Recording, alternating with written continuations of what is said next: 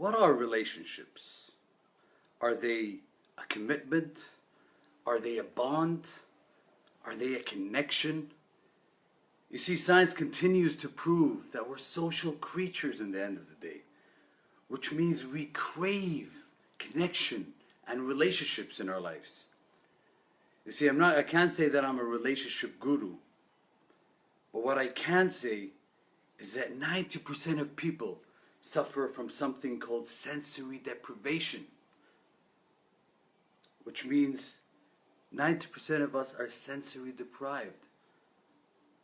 Sensory deprived, which means we lack physical touch, intimacy, and connection. My name is Eid Almujaibel, and this is the 7-Minute Breakthrough Revolution. Our topic for this week is about relationships. I really don't know how to tackle this topic. I'm not going to cover the dating side of it because I'm sure the other coaches have way more experience and knowledge in that area than I do. Today, to me, relationships are a form of connection. I can have a relationship with my body, with my spouse, with my partner, with my parents, with my creator, with nature, with my pets. These are all different connections that we can have in our minds. You see, relationships can be known as mirrors, for example, if you really think about them. All the tricky emotions come out in a relationship, like being jealous or having envy or intense possession. If you really think about these things, relationships show you sides of you that you don't usually see on day-to-day lives. So in relationships, a healthy relationship is creating a space, a safe space where you can grow, learn, and make mistakes with each other. I remember a girl told me this maybe 5 or 6 years ago. A relationship is giving each other permission to grow and make mistakes. It's very simple, yet very, very hard. So relationships is all about mirroring. You want to see all your mistakes, all your insecurities, be in a relationship. I remember watching this social experiment they did. I'm sure all of us have seen these primates in Nat Geographic behind each other eating or removing all these termites. They wanted to put a theory to a test when it came to sensory deprivation.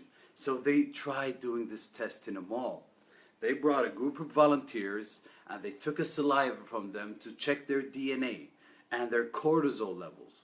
And then they simply made them sit behind each other and start massaging each other's heads. Simply just massaging each other's heads for 5 minutes.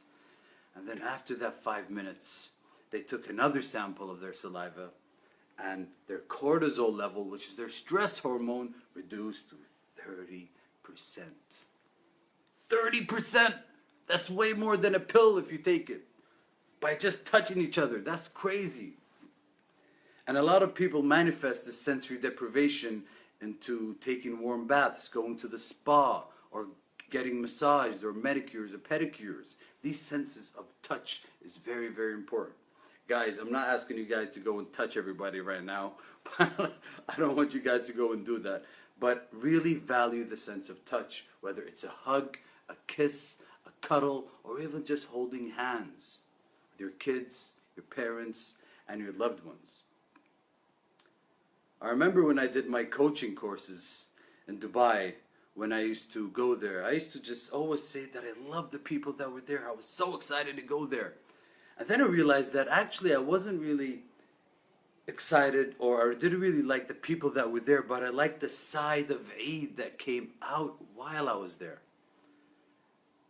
You see, we all fall into a trap that we think that we love the person we're with.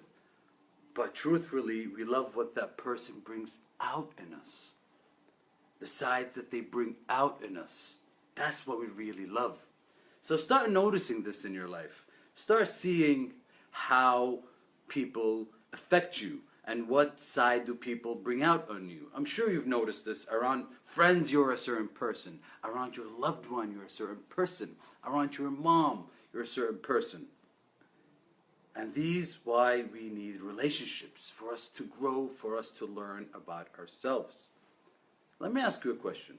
How's your relationship with yourself? You see, in relationships, we tend to focus on other people so much. What ticks them off? What are their values? What do they like? But if you ask these questions to yourself, you could really struggle to answer these questions. So really think about these questions, guys. Dig deep. What are your core values? What are you proud of in your life? What makes your heart sing? What is your life purpose? I remember I tried this exercise once when I was in a relationship.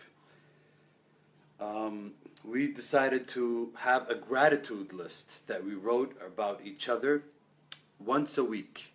But the trick here was not to show it to each other. So once a week, I used to write a list of things that I liked about my partner. 10 things. It's a stretch, but 10 things are very important. A gratitude list. Try that. It's very, very important. Because when you tend to focus on one thing in terms of your relationships, it intensifies. So if you notice sometimes when you're angry at somebody, or when you started noticing that this person does this or that, that's the only thing you see in them. That's the focus in your relationship.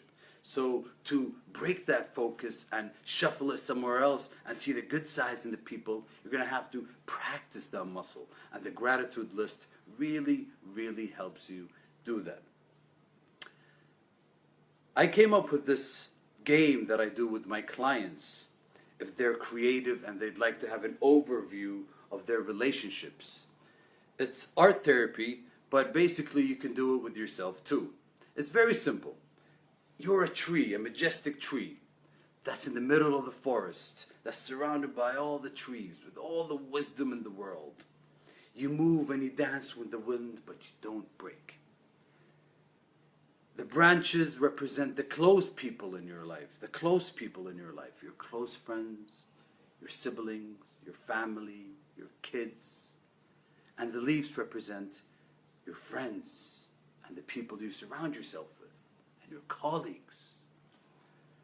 Some leaves fall off with the seasons, and some leaves turn into branches. And some branches sometimes fall off too. And some animals sometimes come and land on this tree for a day or two and then leave.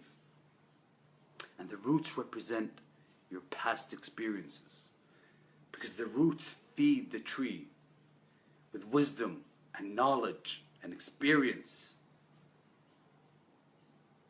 Don't try to make your tree perfect, but try drawing this tree of yours. It'll show you the relationships in your life. It'll give you an overview of the relationships in your life. I hope this talk really benefited you guys and gave you an overview on what are relationships, and you can use some of these tips that I shared with you guys in terms of sensory deprivation, the gratitude list, drawing your own tree, building a relationship with yourself. I'm going to share with you guys something just before I leave. Next month on the 8th of April at the Rove Hotel downtown Dubai, the 7 coaches of Life Talks Live are going to give a workshop called Metamorphosis. If you have a goal that you're trying to achieve, or a habit that you're trying to break, whether it's getting in shape, improving that relationship, or just taking that first step towards your dream, this workshop is for you. In this workshop, you're going to experience 3 different phases. The first phase is the caterpillar phase. The second phase is the cocoon phase. And the third phase is the butterfly phase, where you break out of the cocoon and dive into your full potential.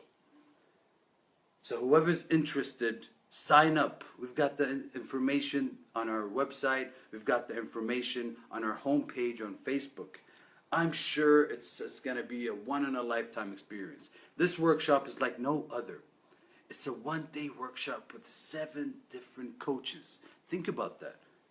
It's an amazing experience. I would love to attend something like this. Thank you so much, guys, for being with us today. If you have any questions regarding the topic today or Life Talks Live in general, you guys know what to do. Send us a message or visit our website on lifetalkslive.com, Twitter, Facebook, Instagram. You guys know how it is. Thank you so much, guys, and stay blessed.